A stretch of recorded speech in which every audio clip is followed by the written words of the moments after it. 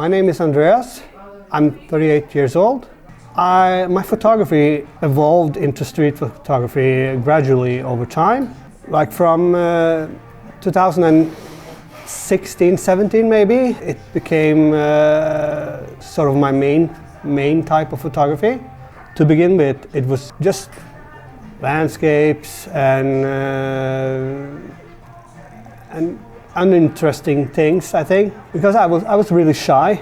I'm still pretty shy, so it took a long time to get over the shyness and approaching people on the streets. I see street photography as kind of a counterweight to traditional photojournalism. Photojournalism evolves around special events and celebrities, but I think it's important to document the everyday life as well. I was early drawn to that kind of photography, even though I didn't know that it was called street photography. But in the beginning, super shy. I'm super shy, so I didn't have the courage to do it myself to begin with. It took a long time for me to be comfortable walking close to strangers and taking photos. So I guess it took a lot of years to kind of get the hang of it. Starting to travel alone, solo, helped me a lot. Going somewhere new, somewhere I didn't have any connection or knew, was really helping. Just to be a tourist somewhere, and yeah, it really helps to block out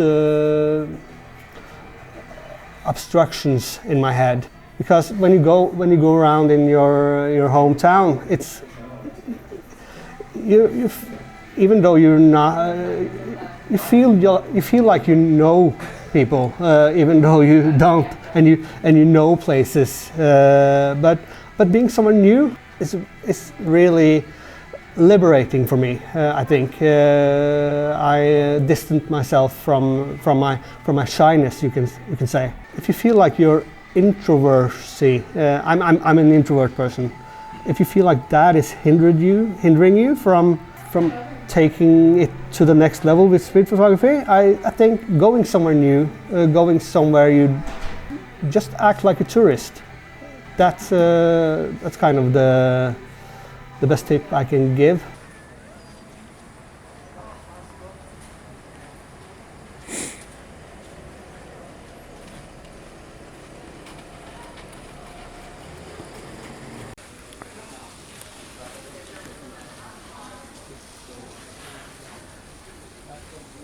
Jeg gleder meg til sola kommer litt høyere opp her, altså.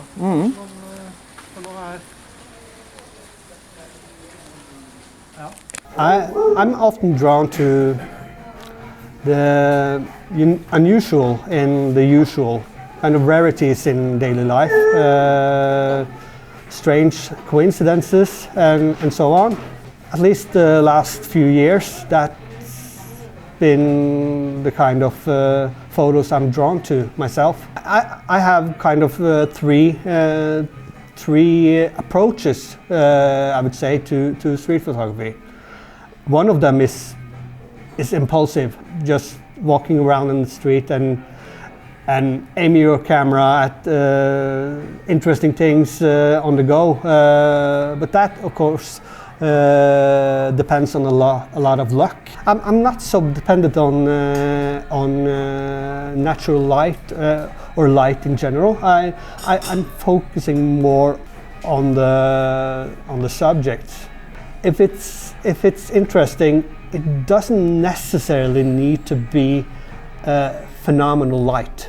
The other is by ignoring the things that are in my immediate proximity, I can give myself some time to compose a picture with something interesting in. The third one is basically fishing. When I'm tired of after a day of shooting, often I'm getting really tired of looking around and scanning for interesting things. So the third one happens pretty much every time at the end of my photo shoot. I find a spot where I have a pretty nice scene, and I just waiting for something interesting to happen. It's kind of my lazy approach.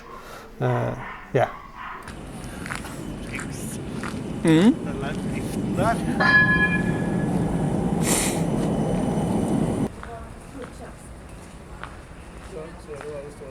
Jeg kan ikke vente her for evig, tror jeg. Det går ikke. I saw this bride and her entourage walk into that place, and I decided to stay there and hope that she will come out somewhere. As you can see, it's a sign there. It's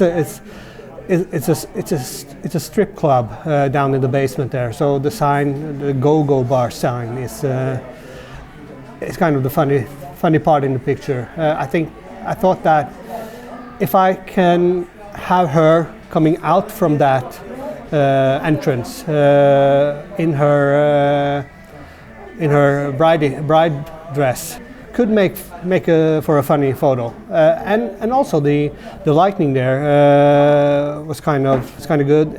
It was kind of intense light from the left there. I saw them went in, and I just decided I will stay here for at least 10-15 minutes in hope that they will come out, and suddenly she did, at least, but she didn't just come out. She ran out, and then I just had to aim and shoot a burst. I have kind of a burst series of her coming out from there. So I think that made it a kind of a funny picture.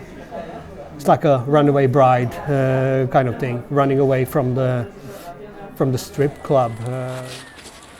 This is more like a spontaneous photo. I saw this little girl was having some fun with her. I assume it's her granddad. That's what I assume. I don't know, but I saw they were having kind of fun. But the point where she's making a face on him that was more a spontaneous moment. So I just shot it from the hip. I had a burst sequence on my camera on, and I just walked past and pressed the shutter, and one of the pictures ended up like that. I saw that they were having this kind of fun with each other. I didn't expect exactly that kind of thing to happen, but I think it's part of the gut feeling. Something might happen here. So it's hard to describe, but they were having a great time together and played with each other, and so my intention was that something might happen here. So I was just ready and shot. I saw this woman riding her bicycle upwards Grünerløkka, and I remembered that I have seen this poster with a woman in green clothes and blue jeans right up there. So I saw the similarity, and I just ran up to get to this storefront, and by coincidence she was stopping there with her bike, and when she took her dog out of the dog basket she had in the front of her bike, the bike fell over, and I was just ready. I had already my camera ready, so I just shot a burst of them when that happened. I have some pictures from just before that happened, which I was quite happy with actually, but of course when the bike fell there, it gives the pictures something more. Yeah. It was a day with pretty heavy rain to begin with, and I guess it was some kind of flood in the basements around there. So they had to pump up a lot of water from the buildings. And I saw this person, which is in the picture, he's emptying the hose. He did actually the same procedure the other way, and that was before I was ready with my camera. I saw this photo in front of me without having my camera ready. He kind of had the hose over himself and the portal in the background, and I thought I had missed the shot. But I waited. The hose was still there, and I just waited. I was hoping that he would come back and go the other direction, and suddenly he did, and he did it exactly the same way, with the hose over his head, just when he passed that portal. And I think that it was a gut feeling, and it's luck, and it's about being prepared, I guess. So I stood there, waited, and had the luck with me on that one. In the beginning, don't be too afraid to copy others. You can learn a lot from being a copycat. Just be out on the street, with or without your camera. Just be out and observe, and you will kind of learn how life happens in front of you. If you're just outside and have your eyes open, you can learn how things are moving, and that will help you be prepared when you actually going to take photos. You can start to premeditate things if you know how the people moves and so on. Yeah, and of course, if you're like me, if you're really shy and that's what hinders you, go somewhere else. Act like a tourist. You can even do that in your own city. Be a tourist. So when you're a tourist or pretending to be a tourist, no one will notice you. No one will give a shit about you. And for others, you will then be invisible. I try not to be too intrusive. I don't want people to notice me, trying to be a fly on the wall, I guess. I think that makes pictures better, at least more in line with what I'm aiming for.